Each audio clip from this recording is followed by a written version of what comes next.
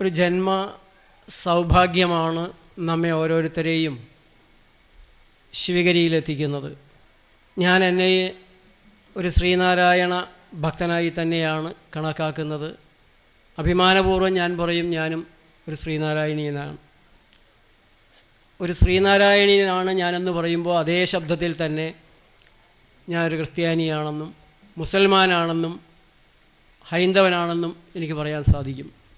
കാരണം എല്ലാത്തിൻ്റെയും സത്ത ഏകമാണ്.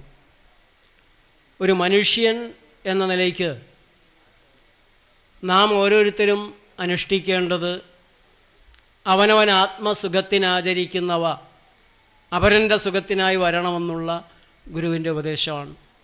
ലോകത്തെ ഏത് മനുഷ്യനായാലും അതിൽ പരമൊരു സുഹൃതമെന്താണ് മനുഷ്യന് ചെയ്യാനുള്ളത്? അതിലേക്ക് നമ്മെ ട്യൂൺ ചെയ്ത് നമുക്ക് എത്തിക്കാൻ സാധിച്ചാൽ, അതിലേക്ക് നമുക്ക് വളർന്നെത്താൻ സാധിച്ചാൽ, കേൾക്കുമ്പോൾ വളരെ ലളിതമാണ്. പക്ഷേ വാൾമുനയിലൂടെ നടക്കുന്നത് പോലുള്ളൊരു ജാഗ്രതയുണ്ടെങ്കിൽ മാത്രമേ നമുക്ക് ബുദ്ധഭഗവാനെയും ക്രിസ്തുദേവനെയും നബിതിരുമേനിയെയും ശ്രീനാരായണ ഗുരുദേവനെയും മനസ്സിലാക്കാനും പാലിക്കാനും സാധിക്കും. നമുക്ക് ഗുരുദേവനെ പിന്തുടരുന്നവർ ധാരാളമുണ്ട്. അതും നമുക്ക് പറ്റുന്ന രീതിയിൽ മാത്രം. അതുകൊണ്ടെന്താണ് കാര്യമുള്ളത്? ആരും ഗുരുദേവനെ പിന്തുടരരുത്.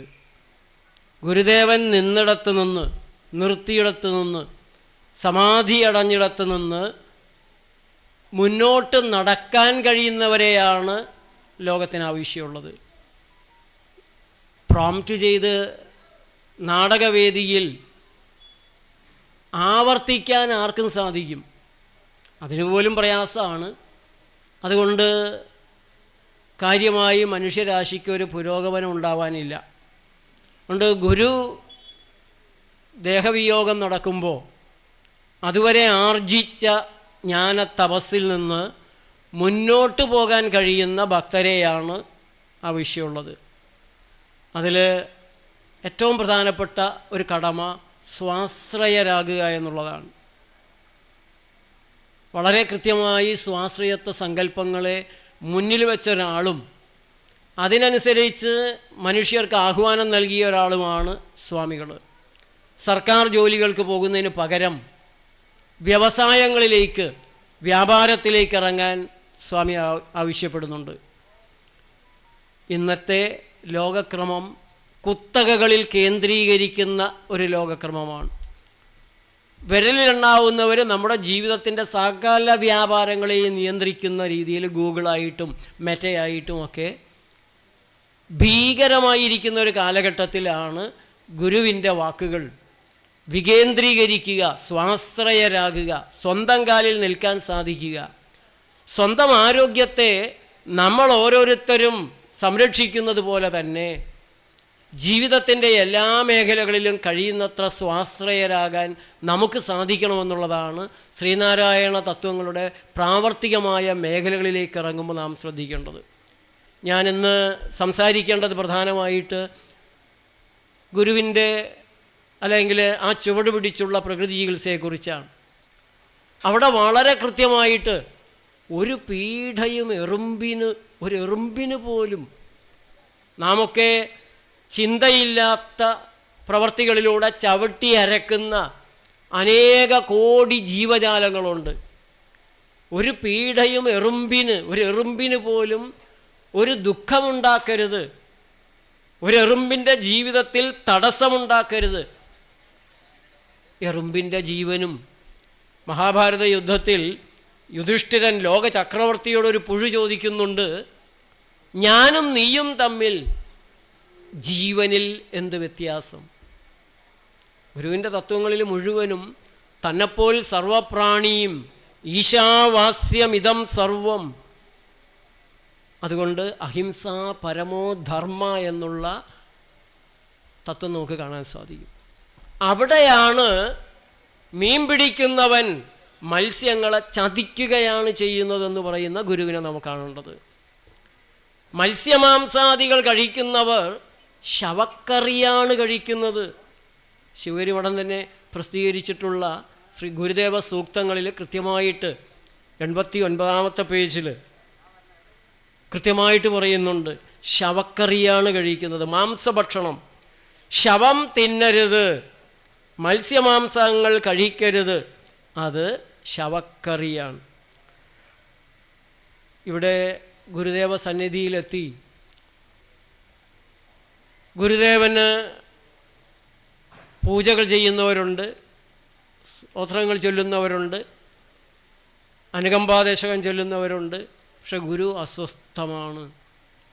ഗുരുവിന് സഹിക്കാൻ കഴിയാത്ത ക്രൂരതയാണ് നിങ്ങൾ പലപ്പോഴും ഗുരുദേവ സന്നിധിയിലെത്തി ചെയ്യുന്നത്. അതെന്തുകൊണ്ടാണെന്ന് പറഞ്ഞാൽ, മാംസബുക്കുകളുടെ ശരീരത്തിൽ തട്ടുന്ന കാറ്റുപോലും അശുദ്ധം. അങ്ങനെയുള്ളവരുടെ, മാംസം ഭക്ഷിക്കുന്നവരുടെ, അങ്ങനെയുള്ളവരുടെ കാറ്റ് ഏൽക്കുന്നത് തന്നെ നമുക്ക് ഇഷ്ടമല്ല. മാംസം ഭക്ഷിക്കുന്നവരുടെ കാറ്റ് ഏൽക്കുന്നത് പോലും ഗുരുവിന് ഇഷ്ടമല്ല. അപ്പോൾ മാംസം ഭക്ഷിക്കുന്നവരൊക്കെ ഗുരുസന്നിധിയിൽ ചെന്ന് ഗുരു സന്തോഷത്തിലാവില്ല എന്നുള്ളത് ഞാൻ പറയേണ്ട കാര്യമില്ല. അതുകൊണ്ട് നിങ്ങൾ ശ്രീനാരായണ ഭക്തരാകാൻ ആഗ്രഹിക്കുന്നുണ്ടെങ്കിൽ അത്യാവശ്യം തുടങ്ങേണ്ട ഒരു കാര്യം മത്സ്യമാംസാദികളെ ഉപേക്ഷിക്കുകയും ആ ജീവികളെ കൂടെ ജീവിക്കാൻ തന്നെപ്പോലെ തന്നെ അർഹതയുള്ളവരാണ് എന്ന് കരുതി ജീവിക്കാൻ അനുവദിക്കുക കൂടിയാണ് ചെയ്യേണ്ടത്. ഒരു പീഡയെറുമ്പിനും വരുത്തരുത്. ഞങ്ങൾ പറയുന്ന പ്രകൃതി ചികിത്സയുടെ അടിസ്ഥാനം തന്നെ അവിടെ നിന്നാണ് തുടങ്ങുന്നത്. കേരളത്തിൽ പലയിടത്തും ശ്രീനാരായണ പ്രസ്ഥാനങ്ങളുടെ പൊതുയോഗങ്ങൾക്ക് ഞാൻ പോയിട്ടുണ്ട്, ക്ലാസ്സുകൾക്ക് പോയിട്ടുണ്ട്. ചിലയിടത്തെങ്കിലും ചിലർ പറയുകയുണ്ടായി, ശ്രീനാരായണ ഗുരു നമ്മുടെ ഇടയിൽ ജനിച്ചു എന്നുള്ളതാണ് ഇങ്ങനെയൊരവസ്ഥ. കാരണം ലോകത്തിന് മുഴുവൻ പ്രകാശം ചൊരിയേണ്ട ഒരു ആധ്യാത്മിക ചൈതന്യം നമ്മുടെ ഇടയിലായിപ്പോയത് കൊണ്ടാണ് ഇങ്ങനെ ഒതുങ്ങി നിൽക്കുന്നതെന്ന് പറയാറുണ്ട്. അത് വലിയൊരു തെറ്റാണ്. ശ്രീനാരായണ ഗുരുദേവൻ നമ്മുടെ ഇടയിൽ ജനിച്ചില്ലായിരുന്നെങ്കിൽ, ജീവിച്ചില്ലായിരുന്നെങ്കിൽ നമ്മളിപ്പോൾ എവിടെ ആയിരുന്നേനെ എന്നുള്ളൊരു ചോദ്യമുണ്ട്. ജീവിതത്തിൻ്റെ പ്രധാനപ്പെട്ട മേഖലകളിൽ നിന്നെല്ലാം അകറ്റപ്പെട്ട് ദൂരെ മാറ്റി നിർത്തിയിരുന്ന, മൃഗസമാനമായ ജീവിതത്തിന് പോലും സാധ്യമല്ലാതിരുന്ന ജനകോടികളെയാണ്. വൈക്കം സത്യാഗ്രഹത്തിൻ്റെ ലക്ഷ്യം അമ്പലത്തിന് ചുറ്റുമുള്ള വഴിയിലൂടെ നടക്കാനുള്ള സ്വാതന്ത്ര്യമായിരുന്നു. അതിനുപോലും കഴിയാത്ത,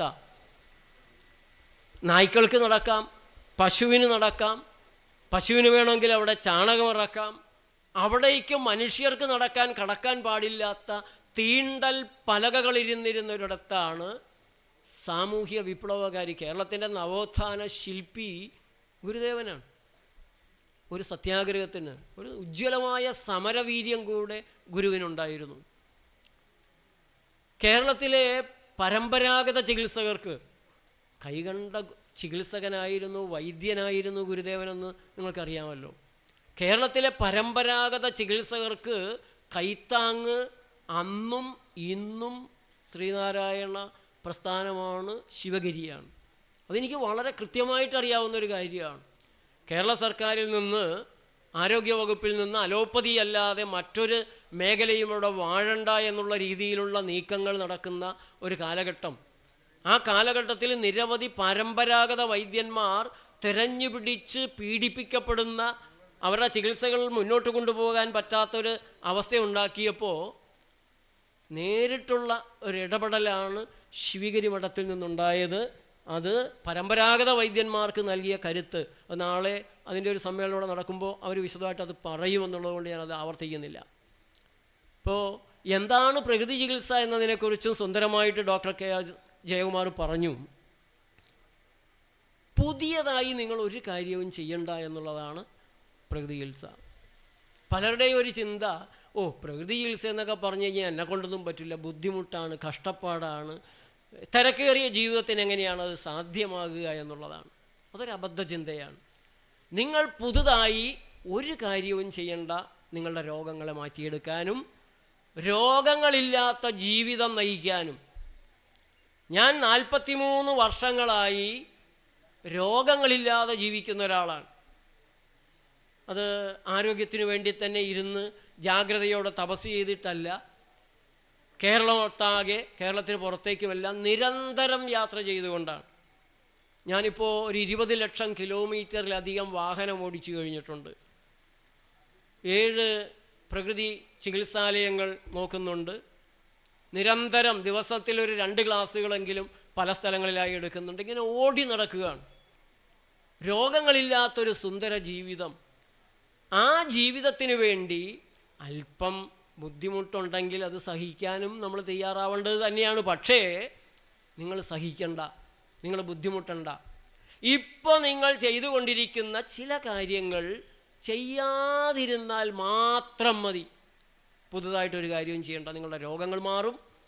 നിങ്ങൾക്ക് രോഗങ്ങളില്ലാതെ ആരോഗ്യത്തിൻ്റെ ആനന്ദം നുകരുന്ന ജീവിതം സാധ്യമാകും. ഞാനിന്ന് മഹാസമാധി സ്ഥലത്തേക്ക് പോകുന്ന വഴിക്ക് സ്വാമി സുഹൃദാനന്ദ സ്വാമികൾ എന്നെ വിളിച്ചു. അദ്ദേഹം എന്നെ കണ്ടപ്പോഴേ തിരിച്ചറിഞ്ഞു. ഞങ്ങൾ നേരിട്ട് ആദ്യമായിട്ടാണ് കാണുന്നത്. അദ്ദേഹം നേച്ചർ ലൈഫ് TV എന്ന എൻ്റെ യൂട്യൂബ് ചാനൽ കണ്ടിട്ട് അതിൽ പറയുന്ന ചെറിയ കാര്യങ്ങൾ ചെയ്തു നോക്കിയപ്പോൾ നല്ല വ്യത്യാസമുണ്ട്. അത് പറയാൻ വിളിച്ചതാണ്. വളരെ വളരെ സന്തോഷമായ ഒരു നിമിഷമായിരുന്നു അത്. നമ്മുടെ കർമ്മങ്ങളൊക്കെ ധന്യം ആകുന്നത് അങ്ങനെയാണ് ഞങ്ങളെപ്പോലുള്ള ഒരു വാസ്തവത്തിൽ സന്തോഷം അനുഭവിക്കുന്നത് അത്തരം നിമിഷങ്ങളിലാണ്. ഇവിടെ പ്രകൃതി ജീവനത്തിലൂടെ 6 വർഷം കിടക്കയിൽ കഴിഞ്ഞ് കിടപ്പിലായിപ്പോയ ഒരാൾ ഈ മഹാസമാധി മണ്ഡപമെല്ലാം നടന്ന് കയറി ഇവിടെ വന്നിരിപ്പുണ്ട്. ഏറ്റവും മുന്നിൽ തന്നെ ഇരിക്കുന്ന ഓമന കുഞ്ഞമ്മ, മെഴുവേലി പഞ്ചായത്തിൻ്റെ വൈസ് പ്രസിഡൻ്റായിരുന്നു. ഇപ്പോൾ കേരളം ഒട്ടാകെ ഭർത്താവ് CK സദാനന്ദനുമുണ്ട്. 2 പേരും വലിയ ശ്രീനാരായണ ഭക്തരാണ്. മെഴുവേലിയാണ്, പത്തനംതിട്ടയിലെ മെഴുവേലിയാണ് അവരുടെ സ്ഥലം. ആർത്രൈറ്റിസ് ആയിരുന്നു. എനിക്കിനി ഒരു ചികിത്സയും വേണ്ട, ഞാൻ ഒരിടത്തും വരില്ല എന്ന് പറഞ്ഞപ്പോഴും നിർബന്ധിച്ച് ഭർത്താവ് സദാനന്ദൻ കൈകളിലെടുത്ത് എറണാകുളത്തെ നമ്മുടെ പ്രകൃതി കേന്ദ്രത്തിൽ കൊണ്ടുവന്ന് കിടത്തിയതാണ്. 75ാമത്തെ ദിവസം നടന്ന് താഴേക്കിറങ്ങി വീട്ടിൽ പോകാൻ അവർക്ക് സാധിച്ചത്. പുതുതായിട്ടൊന്നും ചെയ്തിട്ടല്ല, ആഹാരത്തിൽ ചില നിയന്ത്രണങ്ങൾ വെച്ചു. അപ്പുറത്ത് അവിടെ നിൽക്കുന്ന ഒരാൾ ശ്രീകുമാറുണ്ട്. 1.5 കൊല്ലമായി വേവിച്ചതൊന്നും കഴിക്കാത്ത ആളാണ് ശ്രീകുമാർ. എന്ന് കൈപൊക്കിയേക്ക്. പഴങ്ങൾ, വേവിക്കാത്ത പച്ചക്കറി, കരിക്ക്, തേങ്ങ, പച്ചവെള്ളം, വേറെ ഒരു സാധനവും ശ്രീകുമാർ കഴിച്ചിട്ടില്ല.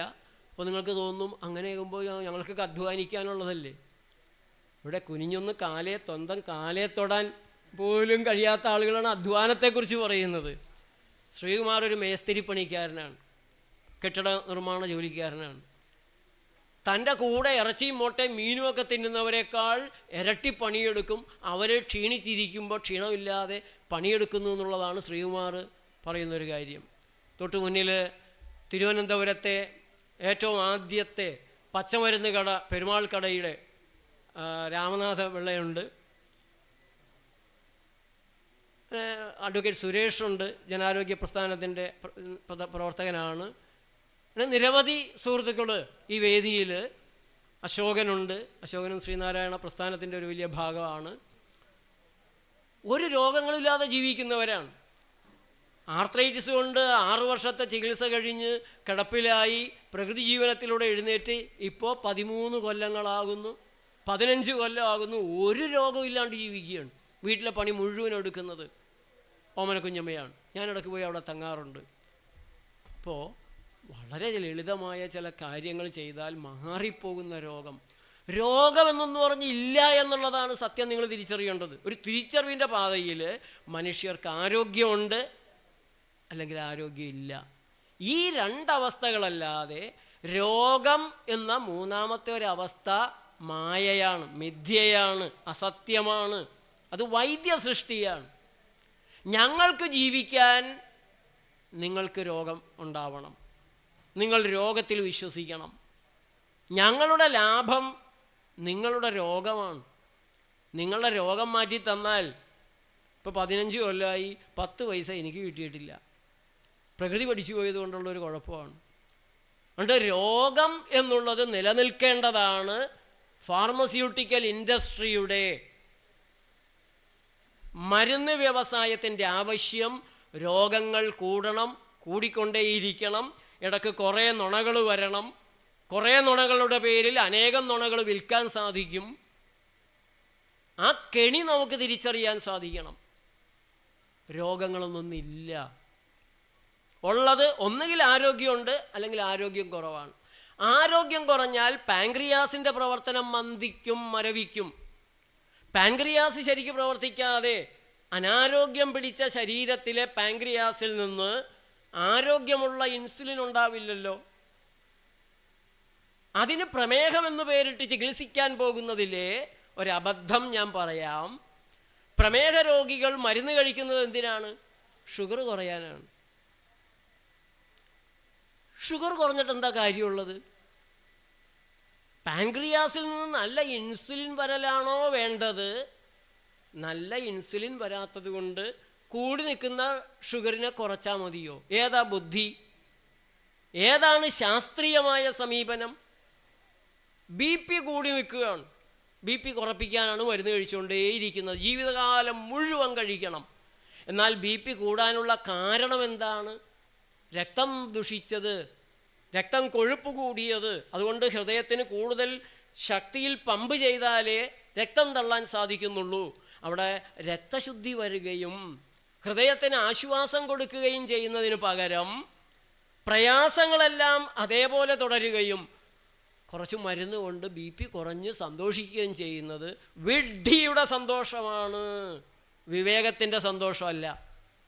തൈറോയിഡ് തകരാറ്, സകല സ്ത്രീകൾക്കും ഇപ്പോൾ തൈറോയിഡിന് തകരാറാണ് എന്ന് അയഡിനുപ്പ് നിർബന്ധമായി കച്ചവട ലോബികൾ സർക്കാരിലൂടെ അടിച്ചേൽപ്പിച്ചോ അതോടെ തുടങ്ങി സ്ത്രീകൾക്ക് മുഴുവൻ തൈറോയിഡ് തകരാറ്, പുരുഷന്മാർക്ക് ഇംപൊട്ടൻസി, ഷണ്ഡത്വം. ഞാൻ മെഡിക്കൽ ടെക്സ്റ്റുകളിൽ കാണിച്ചു തരാം. അയഡിൻ്റെ അംശം അല്പം കൂടിക്കഴിഞ്ഞാൽ തൈറോയിഡ് ഡിസ്ഫങ്ഷൻ വരും, പുരുഷന്മാർക്ക് ഷണ്ഡത്വം ഉണ്ടാകും. കുടുംബാസൂത്രണത്തിൻ്റെ ലോകരാഷ്ട്രീയം ഏഷ്യൻ ആഫ്രിക്കൻ ജനതയുടെ എണ്ണം കുറയ്ക്കുക, പെറ്റുപെരുകണ്ട, ലോക ജനസംഖ്യ കുറയ്ക്കുക എന്നുള്ളതാണ്.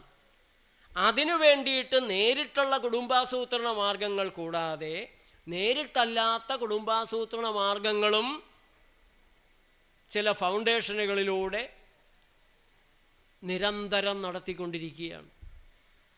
അതിലൊരു വഴിയാണ് നമ്മെക്കൊണ്ട് അയഡിനുപ്പ് തീറ്റിക്കുക, കുട്ടികളെ കൊണ്ട് അയൺ ഗുളികകൾ കഴിപ്പിക്കുക. അല്ല, അത് നല്ലതല്ലേ? അയൺ ഗുളികകൾ കുട്ടികൾ കഴിക്കുമ്പോൾ കുട്ടികളുടെ വിളർച്ചാ രോഗം വരാതിരിക്കും. അതിലെ അപകടം, കമ്പനിക്ക് അയൺ ഗുളികയ്ക്കുള്ള ഇരുമ്പ് എവിടെ നിന്നാണ് കിട്ടുന്നത്? അവർ മണ്ണിൽ നിന്ന് മൈനിങ് നടത്തി തന്നെയാണ് എടുക്കുന്നത്. അതേസമയം ചീര കഴിക്കുകയാണെങ്കിൽ, ചീരക്കറി കഴിക്കുകയാണെങ്കിൽ അതിൽ നന്നായിട്ട് ഇരുമ്പിൻ്റെ അളവുണ്ട്. വൈറ്റമിൻ സി ശരീരത്തിലുണ്ടെങ്കിൽ ഇതൊക്കെ അബ്സോർബ് ചെയ്യാൻ സാധിക്കുകയുള്ളൂ. വൈറ്റമിൻ ഡി ശരീരത്തിലുണ്ടെങ്കിലേ കാൽഷ്യം അബ്സോർബ് ചെയ്യാൻ സാധിക്കുകയുള്ളൂ. ഇപ്പോൾ നമുക്ക് പച്ചയായ അല്ലെങ്കിൽ പച്ച നിറമുള്ള ചീരക്കറികൾ കൊടുക്കുകയാണെങ്കിൽ കുട്ടിക്ക് ഇരുമ്പിൻ്റെ അളവ് കൂടിക്കോളും, ഉണ്ടാകും. രണ്ട് തരത്തിലും വേണമെങ്കിൽ നിങ്ങൾക്ക് ചെയ്യാം. ചീരക്കറികൾ ദിവസേന അല്ലെങ്കിൽ ആഴ്ചയിൽ ഒരു 3-4 ദിവസമെങ്കിലും കൊടുത്തുകൊണ്ട് കുട്ടിയുടെ ഇരുമ്പിൻ്റെ അംശം ശരീരത്തിൽ കൂട്ടിയെടുക്കുമ്പോൾ ദോഷഫലം എന്താ? സൈഡ് എഫക്ട്സ് വല്ലതും ഉണ്ടോ? ആരോഗ്യമാണ്. കണ്ണ് തെളിയും, രക്തശുദ്ധി വരും, മലബന്ധമുണ്ടാവില്ല. ഇങ്ങനെയുള്ള നിരവധി മെച്ചങ്ങളാണ് ഇലക്കറികളിലൂടെ, പച്ചക്കറികളിലൂടെ, പഴങ്ങളിലൂടെ വൈറ്റമിൻ സിയും ഇരുമ്പിൻ്റെ അംശവും നേടിയെടുക്കുമ്പോൾ കിട്ടുന്നത്. എന്നാൽ ഇരുമ്പ് ഗുളിക കഴിക്കുമ്പോൾ അതിൻ്റെ സൈഡ് എഫക്ട്സ് മെഡിക്കൽ ടെക്സ്റ്റ് പറയുന്നത് എപ്പിഗ്യാസ്ട്രിക് പെയിൻ, മേൽവയറ് വീർത്തുള്ള വേദന, സ്റ്റെയിനിങ് ഓഫ് ദി ടീത്ത്, പല്ലിന് നിറം മാറ്റം, a metallic taste in the mouth, വായയിലൊരു ലോഹത്തിൻ്റെ ചുവ വരിക. ഇനി അയൺ ഇഞ്ചക്ഷൻ കൊടുക്കുകയാണെങ്കിൽ പെട്ടെന്ന് തന്നെ മാറും. അയൺ സോർബിറ്റോൾ ഇഞ്ചക്ഷൻ ഉണ്ട്. ആ അയൺ സോർബിറ്റോൾ ഇഞ്ചക്ഷൻ ആണെങ്കിൽ ഞാൻ ഈ നേരത്തെ പറഞ്ഞ തകരാറ് കൂടാതെ ഡെത്ത് ഒക്കേഴ്സ് റെയർലി എന്നാണ് മെഡിക്കൽ ടെക്സ്റ്റ് എഴുതി വെച്ചിട്ടുള്ളത്. മരണം അപൂർവമായിട്ടേ ഉണ്ടാവുകയുള്ളൂ. ആലോചിച്ച് നോക്കണം.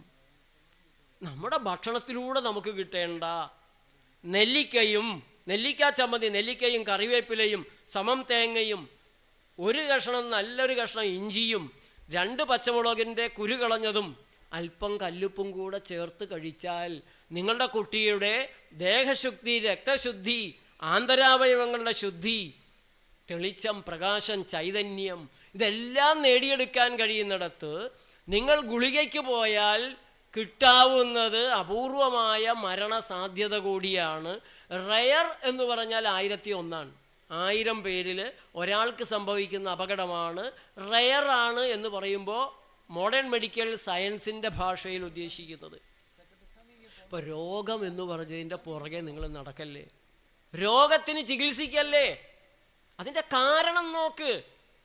ആ വിവേകത്തിലേക്ക്, ആ ശാസ്ത്രീയ സമീപനത്തിലേക്ക് വരാനുള്ള ഭാഗ്യം നിങ്ങൾക്കുണ്ടായാൽ, എന്തുകൊണ്ട് എനിക്ക് ഗ്യാസ് ട്രബിൾ തുടങ്ങുന്നു? എൻ്റെ ഒരു രോഗി വന്നിട്ട് പറഞ്ഞു, ഡോക്ടറെ ഉച്ച കഴിഞ്ഞാൽ എനിക്ക് ഗ്യാസിൻ്റെ അസുഖം തുടങ്ങും. ഉച്ച കഴിഞ്ഞാൽ ഗ്യാസിൻ്റെ അസുഖമാണ്. പിന്നെ ജലൂസിൽ അതുപോലുള്ള മരുന്നൊക്കെ കഴിച്ചാണ് സ്വസ്ഥ. കരളിന് ക്യാൻസർ ഉണ്ടാക്കുക എന്നുള്ളതാണ് ഗ്യാസ് ട്രബിളിൻ്റെ അസിഡിറ്റിയുടെ മരുന്നുകളുടെ ഒരു കുഴപ്പം. മറ്റു നിരവധി കുഴപ്പങ്ങൾ ഉണ്ടാക്കുന്നവയാണവ. അപ്പം ഞാൻ ചോദിച്ചു, എന്താ ഈ ഉച്ച കഴിഞ്ഞാൽ മാത്രം ഗ്യാസ് ട്രബിൾ വരണത്? നിങ്ങളുടെ ശരീരത്തിൻ്റെ കുഴപ്പമാണെങ്കിൽ 24 മണിക്കൂറും അതുണ്ടാവണ്ടേ? ഇത് ഉച്ച കഴിഞ്ഞാൽ മാത്രമാണ്. അപ്പം അതിനർത്ഥം നിങ്ങൾ ഉച്ചയ്ക്ക് കഴിച്ച ഭക്ഷണം ഈ കുഴപ്പം ഉണ്ടാക്കുന്നതാണ്.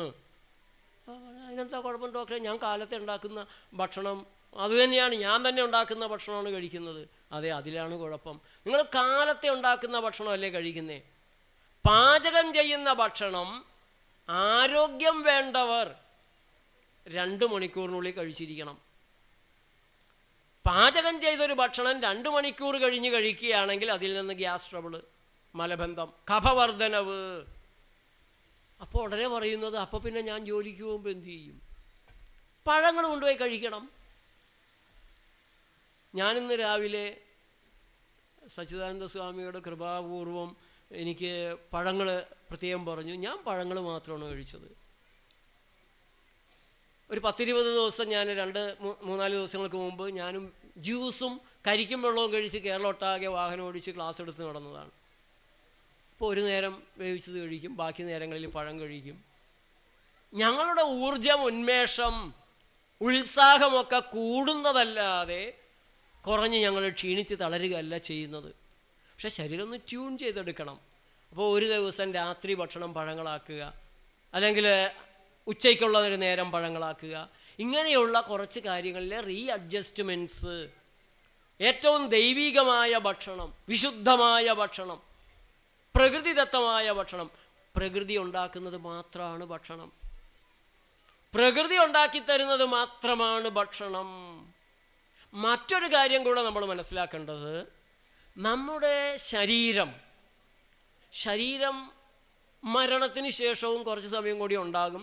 കരൾ പോകുന്നില്ല മരിച്ചാൽ, ഹൃദയം പോകുന്നില്ല, തലച്ചോറ് പോകുന്നില്ല, അതൊക്കെ അവിടെ തന്നെയുണ്ട്. പക്ഷെ പോകുന്നത് എന്താണ്? മനസ്സുണ്ട്. ആ മനസ്സും ഏതാണ്ട് നമുക്ക് കൺട്രോളുള്ളതാണ്, നിയന്ത്രണം. അതിനും അപ്പുറത്ത് ഇതിനെല്ലാം നിയന്ത്രിക്കുന്ന ഒരു ജീവതലം നമുക്കുണ്ട്. അതാണ് നമ്മൾ. ആ ജീവതലം ഇലക്ട്രിക് പവറാണ്, മാഗ്നറ്റിക് പവറാണ്. അപാര ശക്തിയുള്ള മാനസികോർജത്തിൻ്റെയും അടിത്തറയായിട്ടുള്ള ഇലക്ട്രിസിറ്റിയാണ് നമ്മിൽ പ്രവഹിക്കുന്നത്.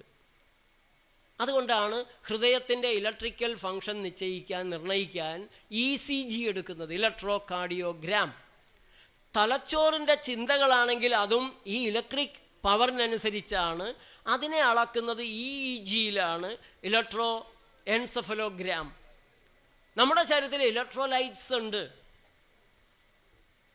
അങ്ങനെയാണെങ്കിൽ നമുക്ക് അത് അളക്കാൻ സാധിക്കും.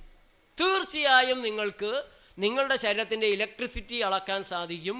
ഗൂഗിൾ എടുത്ത് നിങ്ങളുടെ മൊബൈൽ ഫോണിൽ ഹ്യൂമൻ ബോഡി സെൽ വോൾട്ടേജ് എന്ന് പറഞ്ഞ് നോക്കിയാൽ 0.07 വോൾട്ട് എന്ന് കാണാൻ സാധിക്കും. ആ ഇലക്ട്രിക് എനർജിയാണ്, പവറാണ് നമ്മെ ഊർജ്ജസ്വലരാക്കുന്നത്, ഉന്മേഷത്തിലാക്കുന്നത്. ചില ബൾബുകൾ നന്നായി കത്തും, ചില ബൾബുകൾ ഡിമ്മടിച്ച് വരും. ചായ കുടിക്കും തോറും, കാപ്പി കുടിക്കും തോറും, വറുത്ത് മൊരിച്ചത് കഴിക്കും തോറും ബൾബുകൾ ഡിമ്മടിച്ച് വരും. നിങ്ങളുടെ ചൈതന്യം, നിങ്ങളുടെ ഊർജ്ജസ്വലത, ഉന്മേഷം, ഉത്സാഹം, ഇതെല്ലാം നിങ്ങളുടെ ഇലക്ട്രിക് പ്രൊഡക്ഷൻ എത്രയുണ്ട് കോശങ്ങൾ തന്നെ ചെയ്യുന്നതാണ്. അത് പ്രകൃതിയിൽ നിന്നുള്ളൊരു സ്വീകാര്യത കൂടിയുണ്ട്. അതുകൊണ്ടാണ് വെയിൽ കൊള്ളണം, ഇതെല്ലാം സോളാർ പാനലുകളാണ്. ഈ ശരീരത്തിലെ തൊലി സോളാർ പാനലുകളാണ്. വെളിച്ചത്തെ അത് അബ്സോർബ് ചെയ്യും, ശരീരത്തെ ഉന്മേഷത്തിലാക്കും, നമ്മുടെ ശരീരകോശങ്ങളെ എനർജൈസ് ചെയ്യുന്നതാണ്. ഒറ്റ ഉദാഹരണം ഞാൻ പറയാം. ഒരു 10-50 പേര് കിടന്നുറങ്ങുന്ന ഹാളിൽ രാത്രി ഒരു 1 മണിക്ക് ഒരാൾ ചെന്നൊന്ന് ലൈറ്റ് ഇട്ടു, ഒരു ശബ്ദം ഉണ്ടാക്കിയില്ല. ഈ ലൈറ്റ് ഇട്ട് കഴിഞ്ഞാൽ അപ്പം തന്നെ ചില ആളുകൾ എഴുന്നേറ്റിട്ട് ആ ലൈറ്റ് അങ്ങ് നിർത്തുക എന്ന് പറയും. ഇവരെങ്ങനെയാണ് അറിയുന്നേ? ഈ സെൻസറുകൾ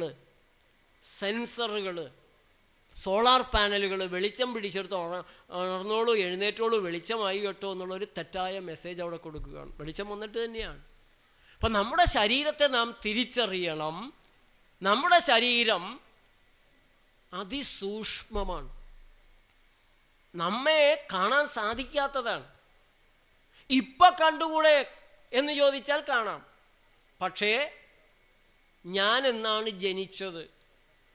അപ്പോൾ എല്ലാവരും ഡേറ്റ് ഓഫ് ബർത്ത് പറയും. അതിൻ്റെ തലേ ദിവസം ഉണ്ടായിരുന്നില്ലേ? തലേ ആഴ്ച ഉണ്ടായില്ലേ? ഉണ്ടായിരുന്നു, അമ്മയുടെ വയറ്റിലുണ്ടായിരുന്നു. അത് നിങ്ങൾ തന്നെയാണ്, ഞാൻ തന്നെയാണ്. അപ്പോൾ ഞാൻ എന്നാണ് ജനിച്ചത്? അതിന് 9 മാസത്തിന് മുമ്പാണ്. അപ്പോഴും നിങ്ങളുണ്ടായിരുന്നില്ലേ? ഉണ്ടായിരുന്നു. അച്ഛൻ്റെ ഉള്ളിലും അമ്മയുടെ ഉള്ളിലുമായിരുന്നു. അവിടെ എന്നാണ് നിങ്ങൾ ജനിച്ചത്? അത് പറയൂ. എവിടെ നിന്നാണ് അച്ഛൻ്റെ ഉള്ളിൽ കടന്നത്? എന്നാണ് അമ്മയുടെ അണ്ഡമായി മാറിയത്? ആരാണ് ഞാൻ? ഇനി ഒരു 100 വർഷം കൂടെ കഴിഞ്ഞാൽ ഇവിടെ ഇരിക്കുന്ന നിങ്ങളും ഞാനും ഒന്നും ഉണ്ടാവില്ലല്ലോ. എവിടെ ആയിരിക്കും? ജനിക്കുന്നതിന് മുമ്പ് എവിടെയായിരുന്നോ അങ്ങോട്ടാണോ? ഈച്ച ചത്തൊരു പൂച്ചയായി പിറക്കുന്നു, അജൻ ചത്ത് ഗജമായി തീരുന്നു, ഗജൻ ചത്തങ്ങ് അജവുമായി തീരുന്നു എന്ന് പറഞ്ഞ പോലെ ജന്മം കൊണ്ടുള്ളൊരു കളി. ആരാണ് ഞാൻ?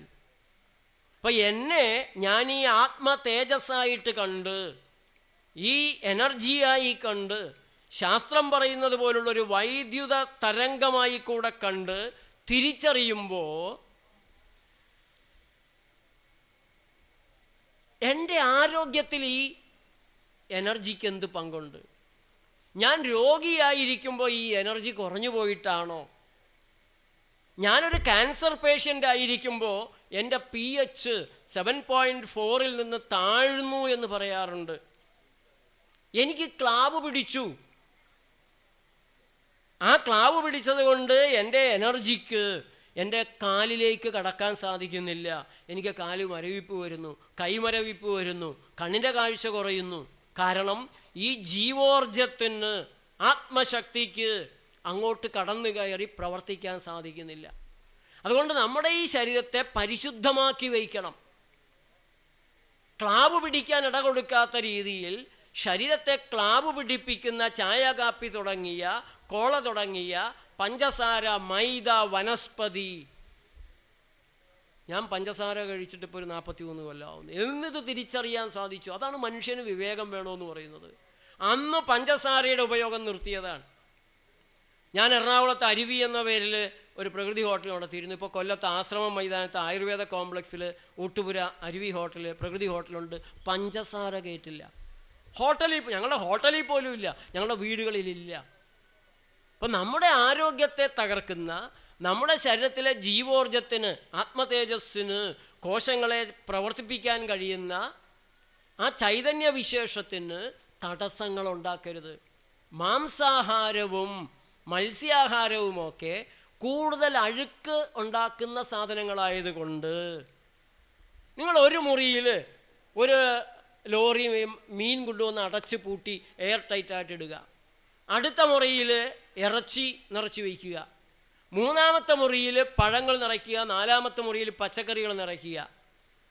ഒരാഴ്ച കഴിഞ്ഞ് ആദ്യത്തെ മീൻ നിറച്ചു വെച്ച മുറി ഒന്ന് തുറന്നകത്ത് കയറണം. നിങ്ങൾ ചാടി പ്രാണനും കൊണ്ട് രക്ഷപ്പെടും. നാറ്റം കൊണ്ട് ആ പ്രദേശം മുഴുവൻ അത് തുറന്നു കഴിഞ്ഞാൽ നാറ്റം വരും. ഇറച്ചി വച്ചിരുന്ന മുറി കയറുക, പുഴുവും നാറ്റവും. പഴങ്ങളിരുന്ന മുറിയോ പച്ചക്കറി ഇരുന്ന മുറിയോ ദുർഗന്ധമില്ലാത്ത. ഏതുപോലെയാണ് നിങ്ങളുടെ വയറ്, ആ വയറാണ് സകല രോഗങ്ങളിലേക്കും അവയവങ്ങളുടെ പ്രവർത്തന വൈകല്യങ്ങളിലേക്കും നിങ്ങളെ നയിക്കുന്നത്, രക്തദൂഷ്യത്തിലേക്ക് നയിക്കുന്നത് എന്ന് നിങ്ങൾ തിരിച്ചറിയണം. മറ്റൊരു കാര്യം കൂടെ നിങ്ങൾ മനസ്സിലാക്കണം. നിങ്ങളുടെ ഈ ശരീരം സ്ഥിരമായ ഒന്നല്ല. കാളിദാസ മഹാകവി സൗന്ദര്യത്തെക്കുറിച്ച് പറഞ്ഞ ഒരു ചെറിയ കഷ്ണം, ക്ഷണേ ക്ഷണേ നവനവമായി മാറുന്നതാണ് സൗന്ദര്യം. അതുപോലെ നിരന്തരം മാറിക്കൊണ്ടിരിക്കുന്നതാണ് നിങ്ങൾ. തലച്ചോറിലെ കോശങ്ങളും കണ്ണിലെ ലെൻസും പല്ലിലെ ഇനാമലും ഒഴിച്ച് ബാക്കിയുള്ള ശരീരം നിരന്തരം മരിക്കുന്നു, ജനിക്കുന്നു. നമ്മുടെ ശരീരത്തിൽ ജനന മരണങ്ങളുടെ നിരന്തരമായ പ്രവർത്തനം നടക്കുകയാണ്. ഒരു സെക്കൻഡിനുള്ളിൽ 10 ലക്ഷം കോശങ്ങളാണ് നമ്മുടെ ശരീരത്തിൽ മരിക്കുന്നത്. ഒരു സെക്കൻഡിൽ 10 ലക്ഷം കോശങ്ങൾ ശരീരത്തിൽ മരിക്കും. ഓരോ ദിവസവും 60 ബില്യൺ, 1 ബില്യൺ 100 കോടിയാണ് കോശങ്ങൾ നമ്മുടെ ഉള്ളിൽ മരിക്കുന്നുണ്ട്. പുതിയ കോശങ്ങളെ ഉണ്ടാക്കുന്നു.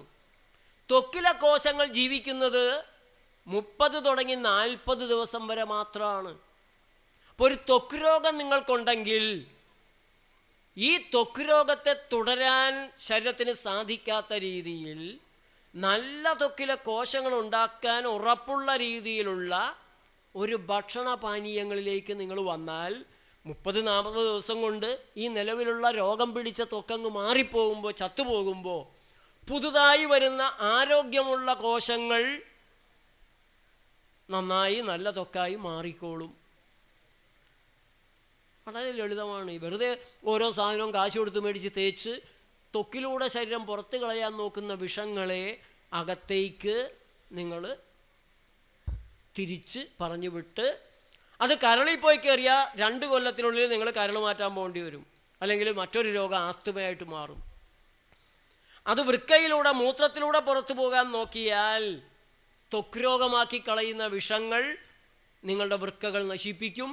ഡയാലിസിസിന് പോകേണ്ടതായിട്ട് വരും. പ്രിയപ്പെട്ട സുഹൃത്തുക്കളെ, നമ്മുടെ ശരീരത്തിൻ്റെ പ്രവർത്തനം നമ്മൾ മനസ്സിലാക്കണം. നമ്മുടെ ശരീരം, കരളിലെ കോശങ്ങൾ ജീവിക്കുന്നത് 300 തുടങ്ങി 400 ദിവസം വരെ മാത്രമാണ്. ഫാറ്റി ലിവർ എന്ന് കേട്ട് നിങ്ങൾ പേടിക്കണ്ട.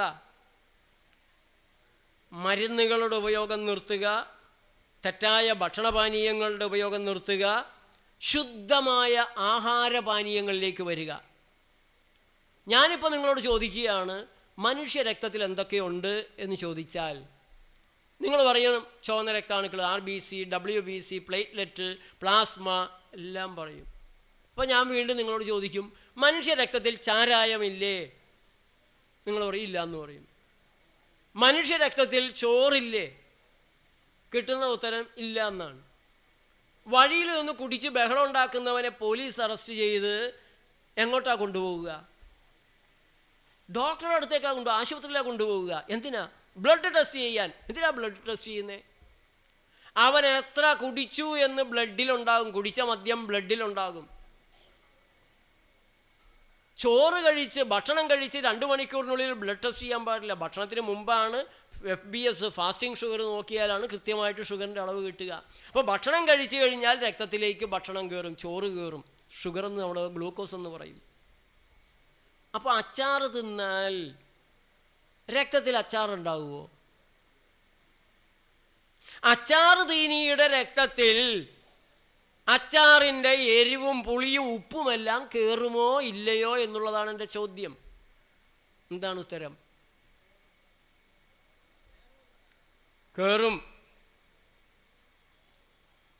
അച്ചാറും പപ്പടവും വറുത്തതും മൊരിച്ചതും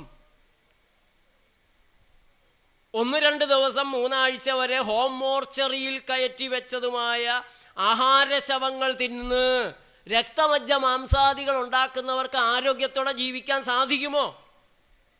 അവരുടെ രക്തത്തിന് മനുഷ്യരക്തത്തിന് ഉണ്ടാകേണ്ട ക്വാളിറ്റി ഉണ്ടാകുമോ? അച്ചാറും പപ്പടം വറുത്തതും മുരിച്ചുമൊക്കെ തിന്ന് ചൊറിച്ചിൽ, ത്വക്ക് രോഗം, മലബന്ധം എന്ന് പറഞ്ഞ് മരുന്ന് കഴിക്കാൻ നടക്കുന്നതിൽ അർത്ഥമുണ്ടോ? ആദ്യം നിങ്ങൾ നിങ്ങളുടെ റോ മെറ്റീരിയൽ നന്നാക്കുക. നിങ്ങൾ നിങ്ങളുടെ വയറ്റിലേക്ക് ഇട്ട് കൊടുക്കുന്ന റോ മെറ്റീരിയലുകളെ ഉള്ളിലിരിക്കുന്ന മെഷീനറികൾ ദഹിപ്പിച്ച് രക്തമജ്ജ മാംസാദികളാക്കി നിരന്തരം നിങ്ങളെ മുന്നോട്ട് നയിക്കുന്നു. നല്ല ഭക്ഷണപാനീയങ്ങൾ ഇട്ടുകൊടുത്താൽ നല്ല രക്തമജ്ജ മാംസാദികൾ ഉണ്ടാകും ഓട്ടോമാറ്റിക്കായിട്ട്. അതുകൊണ്ട് രോഗമാറ്റം എന്നുള്ളത് പ്രകൃതി രീതികളെ മനസ്സിലാക്കുമ്പോൾ അത് ഓട്ടോമാറ്റിക്കാണ്. ആശുപത്രികളിൽ നിന്നോ മരുന്ന് കടകളിൽ നിന്നോ കാശ് കൊടുത്ത് വാങ്ങാവുന്നതല്ല ആരോഗ്യം. ഡോക്ടർമാർക്ക് ആർക്കും ചികിത്സിച്ച് നന്നാക്കി തരാൻ കഴിയുന്നതല്ല ആരോഗ്യം. അത് നിങ്ങളുടെ ഉത്തരവാദിത്തമാണ്, കടമയാണ്, നിങ്ങളുടെ ജാഗ്രതയാണ്. ആ ജാഗ്രതയിലേക്ക് വന്നാൽ രോഗങ്ങളില്ലാതെ ജീവിക്കാൻ സാധിക്കും. വളരെ ലളിതമായി ഒരു നേരത്തെ ഭക്ഷണം നിങ്ങൾക്ക് പഴങ്ങളാക്കിക്കൂടെ? 2 നേരം വേവിച്ചത് കഴിക്കാം.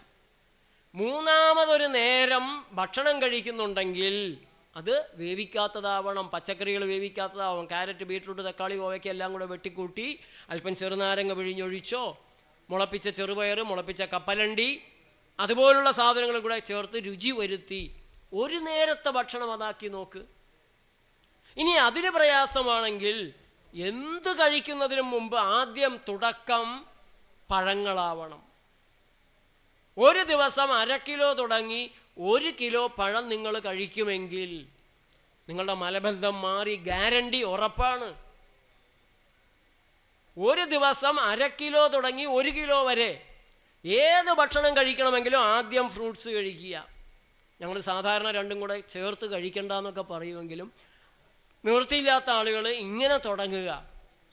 3 നേരത്തിൽ കൂടുതൽ നിങ്ങൾ ഭക്ഷണം കഴിച്ചാൽ, 3 നേരം തന്നെ കഴിച്ചാൽ ഈ 3 നേരം വെച്ചുള്ള ഞങ്ങളുടെ ഒരു നിലനിൽപ്പിൻ്റെ ഒരു ഭാഗം വെച്ചാണ്. 1 നേരം ഭക്ഷിക്കുന്നവർ യോഗി, 2 നേരം ഭക്ഷിക്കുന്നവർ ഭോഗി, 3 നേരം ഭക്ഷിക്കുന്നവർ എന്താണ്? അതല്ലേ നാട്ടിൽ കാണുന്നത്. 3 നേരം ഭക്ഷിക്കുന്നവരല്ലാതെ 2 നേരം ഭക്ഷിക്കുന്നവർ, 1 നേരം മാത്രം ഭക്ഷിക്കുന്നവർ ആരാണ് ആശുപത്രികളിലുള്ളത്? കേരളത്തിലെ ആശുപത്രികളിൽ ഡോക്ടർ ജയകുമാർ പറഞ്ഞതുപോലെ രോഗികളുടെ തലക്കിടിയാണ്. ഓരോ ആശുപത്രിയുടെ മുന്നിൽ 3000 കാറ്, 6000 കാറൊക്കെ പാർക്ക് ചെയ്യാനുള്ള പാർക്കിംഗ് ലോട്ടുകൾ ഇട്ടിരിക്കുകയാണ്. പട്ടിണി കിടന്ന് രോഗിയായ ആരെങ്കിലും അവിടെ ഉണ്ടാവുമോ?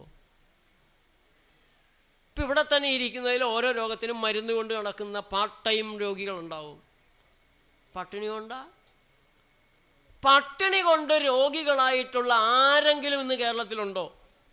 ആദിവാസികളുടെ ഇടയിലുണ്ടാവാം, പോഷക ദാരിദ്ര്യം ഉണ്ടാവാം.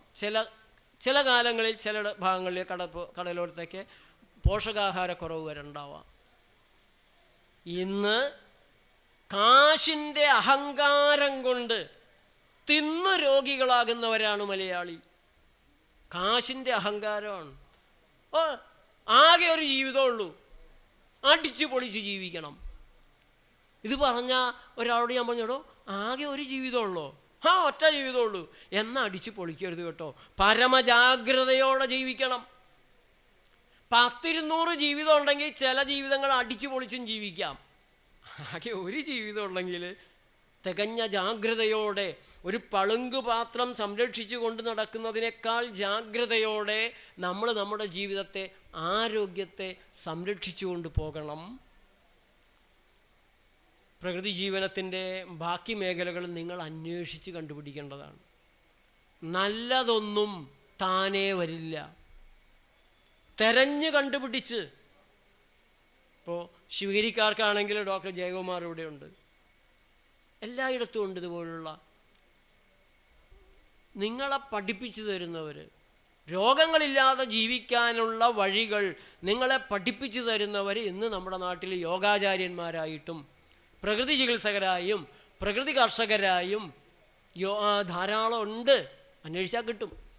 ഉണ്ട്, ബുദ്ധിമുട്ടി കഷ്ടപ്പെട്ട് അന്വേഷിച്ച് തന്നെ നിങ്ങളെ സഹായിക്കാൻ കഴിയുന്നവരെ കണ്ടുപിടിച്ച് ഈ ഒരു ലളിതമായ വഴിയിലേക്ക് വരിക. പുതുതായ ഒരു കാര്യവും നിങ്ങൾ ചെയ്യേണ്ടതില്ല. ഇപ്പോൾ ചെയ്യുന്ന പല കാര്യങ്ങളും ചെയ്യാതിരുന്നാൽ മതി. സമയലാഭം, ധനലാഭം, ആരോഗ്യലാഭം, ആനന്ദലാഭം. അതുകൊണ്ട് ജീവിതം ആസ്വദിച്ച് ജീവിക്കണം. ഒരു ഐസ്ക്രീമിനേക്കാൾ എത്രയോ ആസ്വാദ്യമാണ് കരിക്ക്. പക്ഷെ ഐസ്ക്രീം തിന്ന് തിന്ന് തിന്ന് നാവ് മരവിച്ചിരിക്കുന്നവർ ഈ ടോർച്ചിൻ്റെ വെളിച്ചത്തിലിരിക്കുന്ന തവളയെപ്പോലെ എങ്ങനെ ഇരിക്കും? അതാണ് ആനന്ദമെന്ന് കരുതും, അതാണ് രുചിയെന്ന് കരുതും. ഒരു നല്ല മാമ്പഴത്തിൻ്റെ രുചി, ഒരു സപ്പോട്ടയുടെ രുചി, ചക്ക, വരിക്കച്ചക്കയുടെ, പഴുപ്ലാവിൻ്റെ പോലും രുചി, അതിൻ്റെ അരികത്ത് നിൽക്കാൻ ഏത് കമ്പനി ഉൽപ്പന്നമുണ്ട്? അതുകൊണ്ട് ഫാക്ടറി ഫുഡുകളോട് നോ പറയുക. ഫാക്ടറി ഫുഡിനോട് അത് എളുപ്പമാണ്, കാര്യം എളുപ്പമാണ്. കച്ചവടത്തിനുണ്ടാക്കിയതാണോ? ശ്രീനാരായണ ഗുരുദേവൻ ഹോട്ടൽ ഭക്ഷണത്തെക്കുറിച്ച് പറഞ്ഞിട്ടുണ്ട്. കൂടുതൽ ആളുകൾക്ക് വേണ്ടി ഉണ്ടാക്കുന്ന ചോറിൽ ഒരു പ്രാണി ചത്തു വീണാൽ ഹോട്ടലുകാരൻ അതെടുത്ത് മാറ്റുമോ? പുതിയ ചോറ് വയ്ക്കുമോ? ആ പ്രാണിയെ എടുത്ത് മാറ്റി ആ ചോറ് തന്നെ തരും. അതുകൊണ്ട് അങ്ങനെയുള്ള കച്ചവട ഭക്ഷണ സാധനത്തെ വിശ്വസിക്കരുതെന്ന് ശ്രീനാരായണ ഗുരു പറഞ്ഞിട്ടുണ്ട്. അതിനേക്കാളുമൊക്കെ എത്രയോ ഭീകരമാണ് ഇന്ത്യയിലെ മുഴുവൻ സ്ഥലത്തേക്ക് എത്തിക്കാൻ ബിസ്ക്കറ്റ് ഉണ്ടാക്കുന്ന ഒരു കമ്പനി, ചോക്ലേറ്റ് ഉണ്ടാക്കുന്ന കമ്പനി. അവർക്ക് നമ്മുടെ ആരോഗ്യമല്ല അവരുടെ കാശ്. Invert syrup, dough conditioner, acid regulator, preservatives, അങ്ങനെ നിരവധി തരത്തിലുള്ള വിഷങ്ങൾ ചേരാതെ പാക്കറ്റ് ഭക്ഷണ സാധനങ്ങൾ ഉണ്ടാക്കാൻ പറ്റില്ല. നിങ്ങളുടെ കുഞ്ഞുങ്ങൾ അത് കഴിച്ചാൽ നിങ്ങളുടെ കുഞ്ഞുങ്ങളെ അനുസരണയില്ലാത്തവരായി വളർത്താൻ വേറൊന്നും വേണ്ട. അതുകൊണ്ട് ജാഗ്രതയോടെ ജീവിതത്തെ സമീപിക്കുക. ഒരിക്കലേ ഉള്ളൂ നമുക്ക് ഈ അവതാരം, ഒറ്റ ജീവിതമേ ഉള്ളൂ, ഒറ്റ ശരീരമേ ഉള്ളൂ. അതുകൊണ്ട് ജാഗ്രതയോടെ ജീവിക്കാൻ, കൈവിട്ട കല്ല് പോലെ കൃത്യമായി ബോധ്യമില്ലാത്തതൊന്നും അകത്തേക്ക് പോകാതിരിക്കാൻ ശ്രദ്ധിക്കുക. രോഗങ്ങളെ ഭയക്കരുത്. 2 ആഴ്ച, അതുകൂടെ പറഞ്ഞ് ഞാൻ സമാപിക്കാം.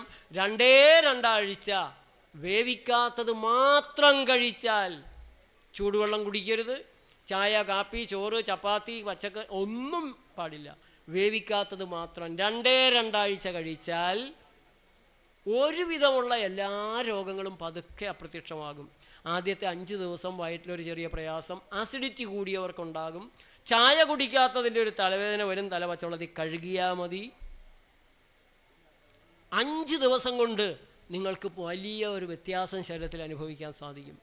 2 ആഴ്ച കൊണ്ട് ഒരുവിധമുള്ള രോഗങ്ങളെല്ലാം മാറും. വലിയ രോഗങ്ങൾക്ക് മരുന്ന് ചെയ്തുകൊണ്ടിരിക്കുന്നവർ ദയവായിട്ടത് ചെയ്യരുത്. കൊളസ്ട്രോളിൻ്റെ മരുന്ന് നിങ്ങൾക്ക് ഇന്ന് നിർത്താം, BP-യുടെ മരുന്ന് കഴിക്കുന്നവർ പെട്ടെന്ന് നിർത്തരുത്. അതുകൊണ്ട് ചില മരുന്നുകൾ നിർത്തുന്നതിൽ ജാഗ്രത വേണം. പതുക്കെ പതുക്കെ കുറച്ചേ നിർത്താവൂ. ഷുഗർ കുറയുന്നതനുസരിച്ച് നിങ്ങൾക്ക് തന്നെ മരുന്ന് കുറയ്ക്കാം. പക്ഷെ BP-യുടെ മരുന്ന് ശ്രദ്ധിക്കണം. കുട്ടിച്ചാത്തൻ സേവ തുടങ്ങിക്കഴിഞ്ഞാൽ കുട്ടിച്ചാത്തൻ അനുഗ്രഹിക്കുമെന്ന് പറയാറുണ്ട്. പക്ഷേ പെട്ടെന്ന് നിർത്തിക്കഴിഞ്ഞാൽ കുട്ടിച്ചാത്തൻ നിങ്ങളെ തട്ടുമെന്ന് പറയുന്നത് പോലുള്ളൊരു അപകടം BP മരുന്നുകൾ പെട്ടെന്ന് നിർത്തിയാലുണ്ട്. അതുപോലെ ഹാർട്ടിൻ്റെ മരുന്ന്, നേരത്തെ പറഞ്ഞ ബ്ലഡ് നേർപ്പിക്കാൻ കഴിക്കുന്ന ആസ്പിരിൻ പോലുള്ള മരുന്നുകൾ. പക്ഷെ പാല് നേർത്ത് പാലും വെള്ളം ആയാൽ എന്തിനു കൊള്ളാം? ബ്ലഡ് നേർത്ത് തലച്ചോറിലേക്ക് നേർത്ത ബ്ലഡ് ചെല്ലുമ്പോൾ തലച്ചോറിന് കിട്ടേണ്ട പോഷകങ്ങൾ കിട്ടാതെയാകും. നിങ്ങൾക്ക് മറവി രോഗം തുടങ്ങും. ഒരു റോഡ് അപകടത്തിൽ പരിക്ക് പറ്റിയാൽ ആശുപത്രിയിൽ എത്തും മുമ്പ് ബ്ലഡ് മുഴുവൻ ചോർന്നു പോകും. കാരണം കോയാഗലിൻ്റെ മരുന്നുകളാണ് നിങ്ങൾ കഴിക്കുന്നത്. രക്തം കട്ട പിടിക്കാതിരിക്കാനാണ് ആസ്പിരിൻ പോലുള്ള മരുന്നുകൾ. അതുകൊണ്ട് ആ മരുന്നുകളുടെ അത്യന്തം അപകടകരമായ ഒരു സമയത്ത് ക്രൈസിസിൽ നിങ്ങൾക്ക് തൽക്കാലം ആവാമെന്നല്ലാതെ ആശുപത്രികൾ നമുക്ക് വേണ്ടത് തന്നെയാണ്. പക്ഷെ അത് ക്രൈസിസിന്, അപകടങ്ങൾക്കുള്ളതാണ്, ആരോഗ്യത്തിനുള്ളതല്ല. അതുകൊണ്ട് ഇന്നിവിടെ വരാനും നിങ്ങളോട് സംസാരിക്കാനും സാധിച്ചതിൽ വളരെയേറെ സന്തോഷമുണ്ട്. നമുക്ക് എല്ലാവർക്കും ചേർന്ന് രോഗങ്ങളില്ലാതെ ജീവിക്കുന്ന ഒരു സമൂഹത്തെ, ഒരു പീഡയും എറുമ്പിനും വരുത്താത്ത ഒരു നല്ല മനുഷ്യരുടെ സമൂഹത്തെ, നല്ല മനുഷ്യരുടെ ലോകത്തെ നമുക്ക് ഉണ്ടാക്കിയെടുക്കാം. ശ്രീനാരായണ ധർമ്മപരിപാലന സംഘത്തിന് ഇക്കാര്യത്തിൽ വലിയ കാര്യങ്ങൾ ചെയ്യാൻ സാധിക്കും.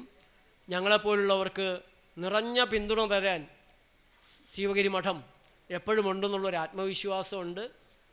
കുറേ കൂടെ എനിക്കൊരു അപേക്ഷ നമ്മുടെ സന്യാസി ശ്രേഷ്ഠന്മാരോടുള്ളത്, നമ്മുടെ പരമ്പരാഗത വൈദ്യന്മാരുടെ അറിവുകൾ അവർ മരിക്കുമ്പോൾ തീർന്നു പോകുന്ന ഒരവസ്ഥയുണ്ട്. അവർ പലരും ഒരു അന്ധവിശ്വാസമുണ്ട്. ഞങ്ങളോട് പറഞ്ഞേക്കണത് ഇത് ആർക്കും കൈമാറരുതെന്നാണ്. പൊള്ളലിൻ്റെ പാട് പോലും ഇല്ലാത്ത രീതിയിലുള്ള ലോകത്തെ അമ്പരപ്പിക്കാവുന്ന ചികിത്സകൾ അറിയാവുന്ന അനേകമല്ല വിരലിലുണ്ടാവുന്നവർ ഇപ്പോഴും കേരളത്തിൽ ജീവിച്ചിരിപ്പുണ്ട്. അവരോട് ഞാൻ പറയും, കുറച്ച് ശിഷ്യന്മാർക്ക് പറഞ്ഞു കൊടുക്ക്. ഇത് ഞങ്ങളുടെ കുടുംബത്തിനല്ലാണ്ട് വേറെ ആർക്കും പറഞ്ഞു കൊടുക്കാൻ പാടില്ലെന്നാണ് അപ്പൂപ്പൻ പറഞ്ഞിരിക്കുന്നത്. ചത്തുപോകുമ്പോൾ തീർന്നു പോവുകയാണ്. ശിവഗിരി മഠം അവരെ വിളിച്ച് അത് കൈമാറാൻ ആവശ്യപ്പെടണം. അതിനുള്ള 100% അർഹതയും ശിവഗിരി മഠത്തിനുണ്ട്. അതിവിടെ ശേഖരിക്കാൻ സാധിക്കണം. നമ്മുടെ സന്യാസ വിദ്യാർത്ഥികളെങ്കിലും വൈദ്യന്മാരായി മാറണം. അവർക്കെങ്കിലും ഇത് പകർന്നു കൊടുക്കണം. അല്ലെങ്കിൽ അവർക്ക് ഉറപ്പ് കൊടുക്കുക, ആരും ഇത് പാലിക്കാനില്ലാത്തൊരു സമയത്ത് മാത്രമേ ശിവഗിരി മഠം ഇത് തുറക്കുകയുള്ളൂ. ഇവിടെ ശേഖരിച്ചു വെക്കണം ഈ അറിവുകൾ. നിരവധി പരമ്പരാഗത വൈദ്യന്മാരുടെ അറിവുകളുണ്ട്. ഇവിടെ നാളത്തെ പരമ്പരാഗത വൈദ്യന്മാരുടെ സമ്മേളനത്തിലും ഈ കാര്യങ്ങൾ അവരോടൊന്ന് പറയണം. നശിപ്പിച്ച് കളയരുത്, പ്രപഞ്ചത്തിന് നഷ്ടപ്പെടുത്തി കളയരുത് എന്നുള്ളത് പറയാൻ സാധിക്കണം. ഒരിക്കൽ കൂടെ സച്ചിദാനന്ദ സ്വാമികൾക്കും ശിവഗിരി മഠത്തിൻ്റെ ഭാരവാഹിത്വത്തിലുള്ള മഠത്തിൻ്റെ സംരക്ഷണയുള്ള എല്ലാ സന്യാസി ശ്രേഷ്ഠന്മാർക്കും അതുപോലെ ഇവിടെ വന്നുകൂടിയിട്ടുള്ള ശ്രീനാരായണ ഭക്തർക്കും എല്ലാം നമോവാകങ്ങൾ അർപ്പിച്ചുകൊണ്ട് നന്ദി, നമസ്കാരം.